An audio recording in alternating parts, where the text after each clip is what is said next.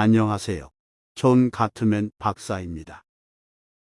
저는 심리학자이자 세계적인 부부 문제 전문가로 서로 사랑해서 죽음이 그들을 갈라놓을 때까지 함께하겠다고 약속한 많은 부부가 이혼으로 가는 이유를 알아내고자 오랜 시간 연구했습니다. 37년간 3,000쌍의 커플 상호작용을 상세히 분석한 결과 이들 모두가 한 가지 공통점이 있다는 놀라운 사실을 발견했습니다. 그건 바로 대화하는 방식입니다. 단순하고 당연한 원인이라고 흘려듣지 마시길 바랍니다. 처음엔 서로 닮아서 혹은 달라서 좋아했던 많은 커플들이 흔히 원치 않는 미래를 맞이하는 이유는 성격, 가치관, 재산 등의 차이 때문이 아니라 싸움을 하는 방식 때문이고, 이는 무려 94%의 확률로 결혼 생활의 성공 여부를 예측해 줍니다. 다들 알다시피 결혼 생활은 누구에게나 현실이고 꿈꾸는 동화 속 세상이 아닙니다. 살다 보면 좋은 일, 힘든 일, 어려운 일, 싫은 일 등이 뒤섞인 일종의 모험이죠.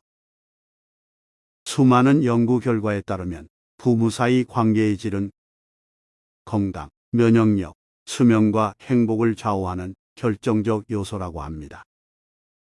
자, 그렇다면 결혼을 위협하는 대화의 공통적인 패턴에 대해서 상세히 알려드리겠습니다. 이혼을 초래하는 대화 방식에는 4대 요소가 있습니다. 바로 비난, 방어 혹은 역공, 경멸, 담쌓기입니다. 이 요소들의 대화의 예시를 들어보겠습니다. 또 핸드폰만 보는 거야. 남들처럼 와이프 요리할 때 거들어주면 좀 좋아. 아까 청소기랑 세탁기 돌렸잖아. 나 잠시 쉬는 거라고. 겨우 그거 하고 쉬어. 난 더 할 일이 많은데. 나도 퇴근하고 힘들어. 요리까지 거들어야 되냐. 난 한가해. 정말 말하기 짜증난다. 그래, 잘 됐네. 더 이상 말 꺼내지 마.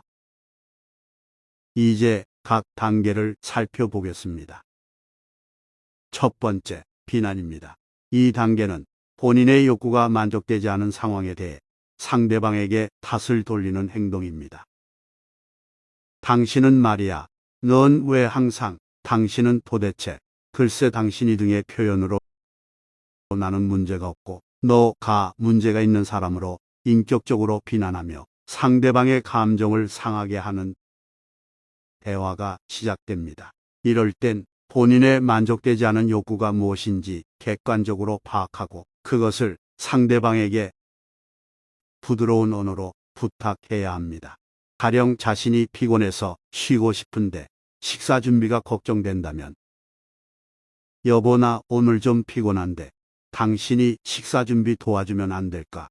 아니면 외식을 해도 좋고 와 같이 말입니다. 이는 물론 술을 마시고 늦게 들어오거나 약속을 어기거나와 같은 갈등이 생길 수 있는 다양한 상황에 적용 가능합니다. 두 번째, 방어 혹은 역공입니다. 이 단계에서 흔히 나오는 대사는 그런 너는 뭘 잘했다고 그러냐? 한번 하나하나 따져봐. 식으로 서로의 잘못을 따지기 시작합니다. 그러다 현재 문제의 본질에서 벗어나 과거사까지 들먹이며 서로 누가 옳으냐는 공방으로 이어지죠. 이는 상대방의 말을 인정하지 못하고 본인의 행동을 정당화하는 행동입니다. 사람은 누구나 자신의 행동을 지적하면 반발하며 자기 방어적인 태도를 취합니다. 그러나 이는 갈등 해결에 도움이 되지 않습니다. 분명 방금 전까지 당신도 살림을 거들다 잠시 쉴 때 지적받아. 다소 억울한 마음이 들더라도 그걸 그대로 표현하면 안 좋은 선택지로 가고 있는 겁니다. 이럴 땐 상대방의 말을 긍정하며 책임있게 도와준다는 반응을 하는 것이 좋습니다. 아, 당신 피곤해서 식사 준비가 부담되었구나. 난 괜찮으니 시켜 먹을까?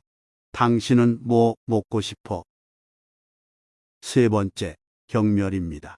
이 단계도 익숙하실 겁니다. 그래, 너 잘났다. 너나 잘하세요. 지긋지긋해 등의 표현이 등장하죠. 심하면 욕설과 폭언도 가세합니다.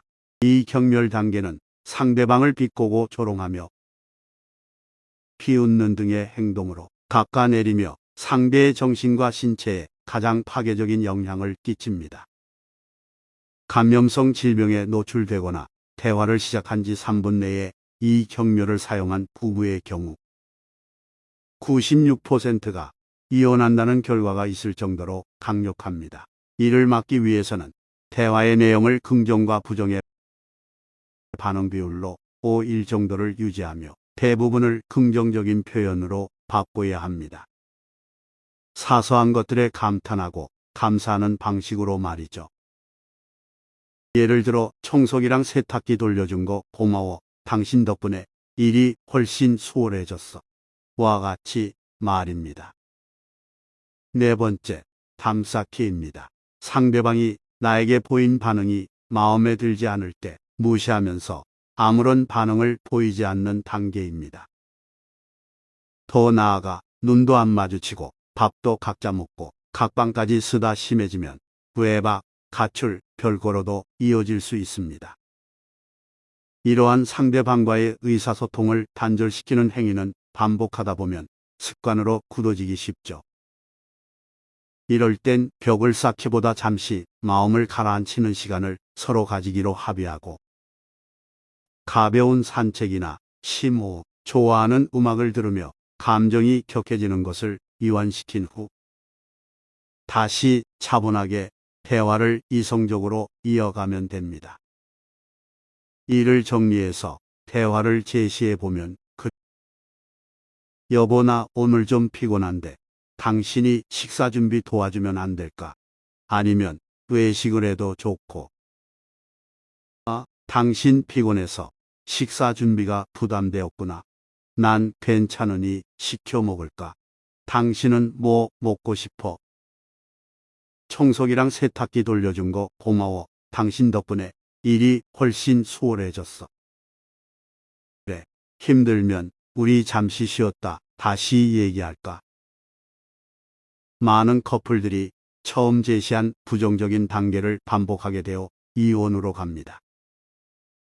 미국에서는 결혼한 부부의 절반 이상이 이혼을 하고 재혼 커플의 이혼율은 65%에 이르며 삼혼 커플의 이혼율은 무려 75%나 됩니다. 그렇다면 행복한 커플은 무엇이 다를까요? 알아두셔야 할 건 행복한 커플이란 절대로 싸우지 않는 관계가 아닙니다. 누구나 관계를 이어가다 보면 갈등은 일어날 수밖에 없죠. 다만 갈등이 일어났을 때 그들의 반응이 달랐을 뿐입니다. 오랫동안 지속되는 관계의 비법은 그들의 사소한 말, 제스처, 관심과 행동이죠. 나라는 말보다 우리라는 단어를 즐겨 사용하고 속마음을 솔직하게 말하며 다툼이 있더라도 상황을 전환하는 유머와 가벼운 스킨십, 상대의 말과 태도를 왜곡하지 않고 있는 그대로 받아들이고 이해하며 존중하는 노력을 유지합니다. 반응 또한 빠르죠. 어려운 일이 아닙니다. 예를 들어 그들이 공감하고 배려하는 표현은 이런 것들이 있죠. 당신 뭐 도와줄까? 말해봐. 내가 다 들어줄게. 지금 나한테는 당신 얘기를 듣는 게 가장 중요한 일이야. 그랬구나. 그럴 수 있지.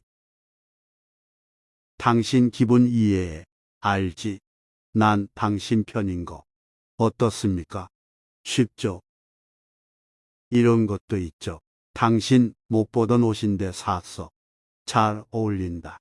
웃으니까 더 예쁘네. 그런데 이런 간단한 표현이 생각보다 강력한 힘을 발휘합니다. 내 배우자가 날 인정하고 늘 도와주는 관계라는 것을 인지하면 나도 상대방에게 잘해주고 싶죠. 결국 행복한 남녀 관계의 열쇠는 대화에 있습니다. 대화에 늦은 때란 없습니다. 약간의 연습과 실행은 서로의 접착제 같은 역할을 해서 관계의 지속성을 보장합니다. 삶이 그러하듯 모든 관계는 변화하기 마련입니다.